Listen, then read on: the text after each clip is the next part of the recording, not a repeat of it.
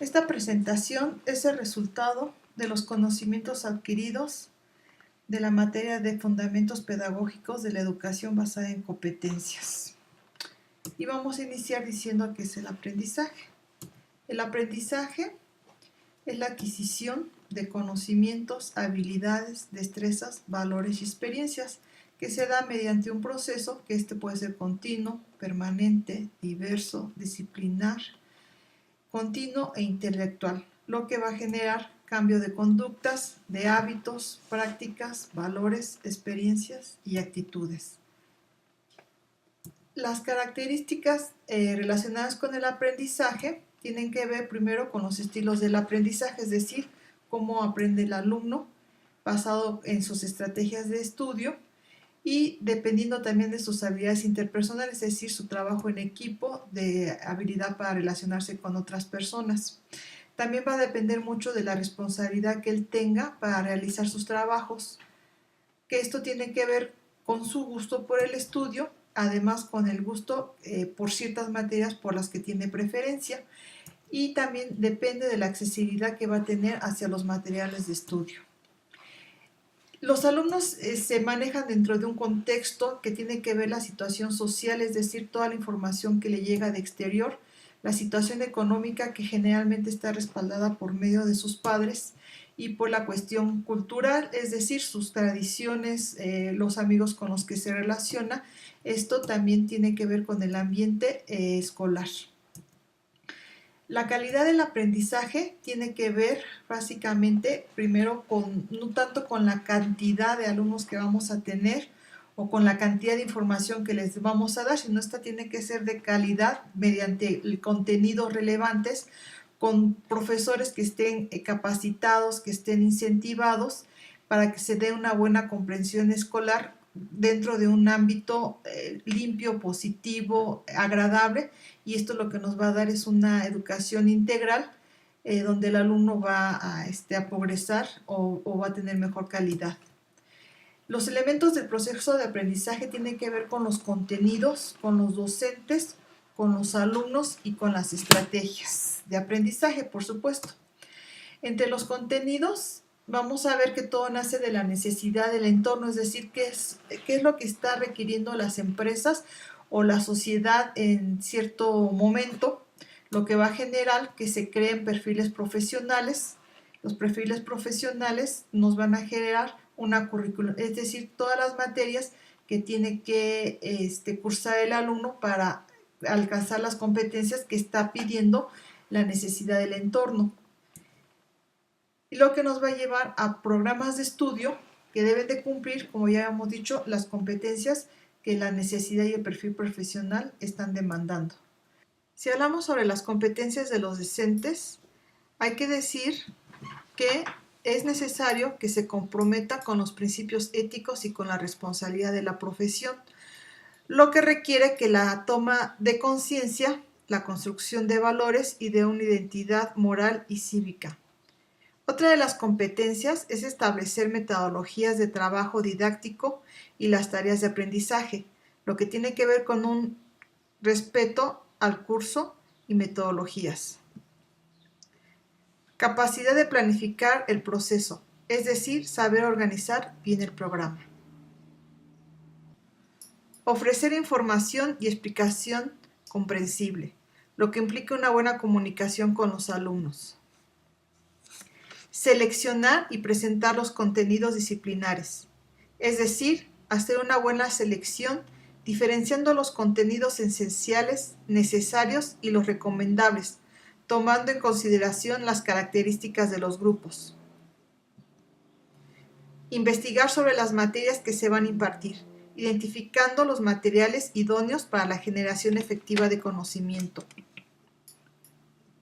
Relacionarse constructivamente con los grupos para crear un ambiente efectivo de participación. Tutorar y acompañar a los estudiantes en el transcurso de su carrera, apoyándolos en sus necesidades académicas. Involucrarse con la institución, es decir, hay que cumplir con las políticas, involucrarse con la misión y la visión, haciendo equipo con los demás docentes y con la dirección. Formación continua del docente.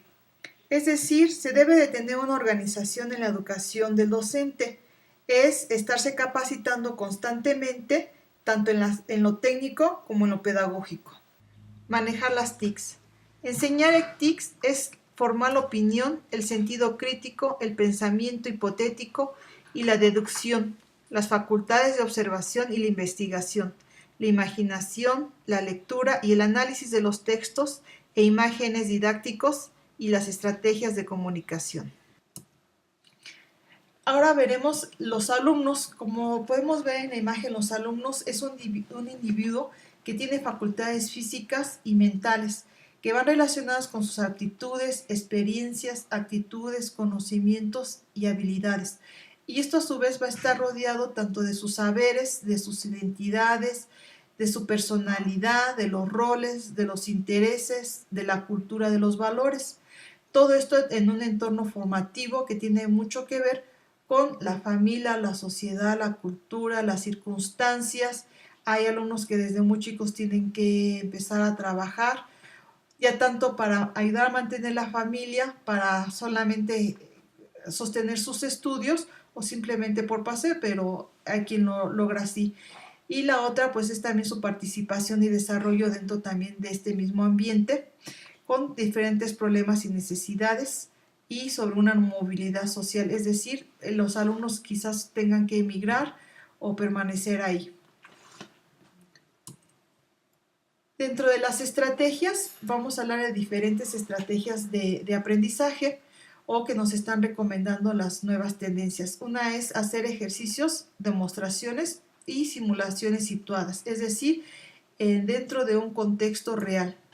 Hay otra técnica muy importante que se llama el ABP, que es el aprendizaje basado en problemas, y esto también está basado en problemas auténticos. El siguiente es hacer que los alumnos hagan trabajos cooperativos. También hacer prácticas situadas en aprendizaje, INSUE, en escenarios reales. Es también muy importante que los alumnos hagan análisis de casos. O hay otra forma que son métodos de proyectos, que esto es aplicable cuando se hace un proyecto, por ejemplo, de mercadotecnia. Otra es el aprendizaje en servicio. Este es muy importante sobre todo en carreras como medicina, enfermería, a lo mejor de farmacología, donde también se puede hacer un trabajo en servicio comunitario. Y también es importante que se dé un aprendizaje por medio de las nuevas tecnologías de la información y de la comunicación. Finalmente, todo esto nos lleva a comparar el método tradicional con el que quizás todos nosotros aprendimos, contra el nuevo enfoque basado en competencias.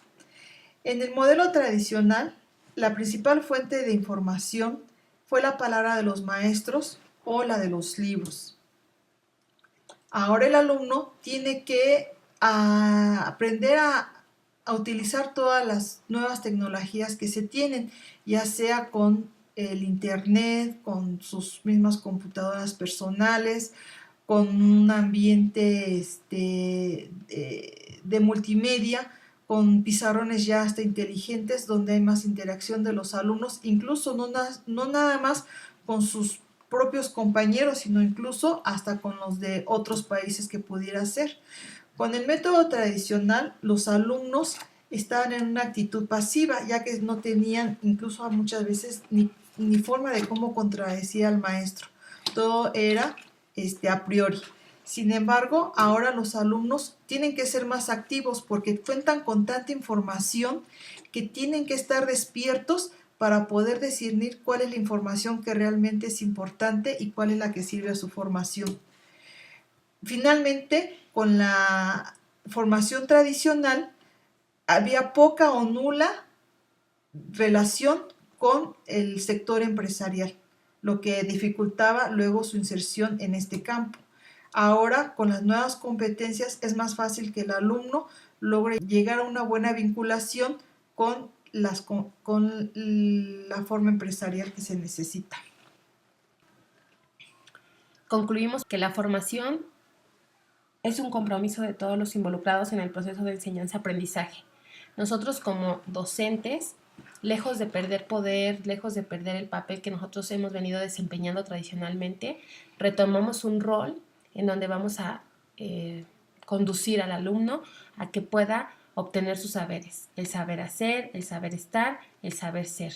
Todo esto para poderse desarrollar exitosamente en el ámbito laboral, que cada día se torna más complejo y más competitivo y que está demandando profesionistas con cualidades y valores muy específicas. Necesitamos allá afuera profesionistas que tomen decisiones, que acepten riesgos, que solucionen problemas.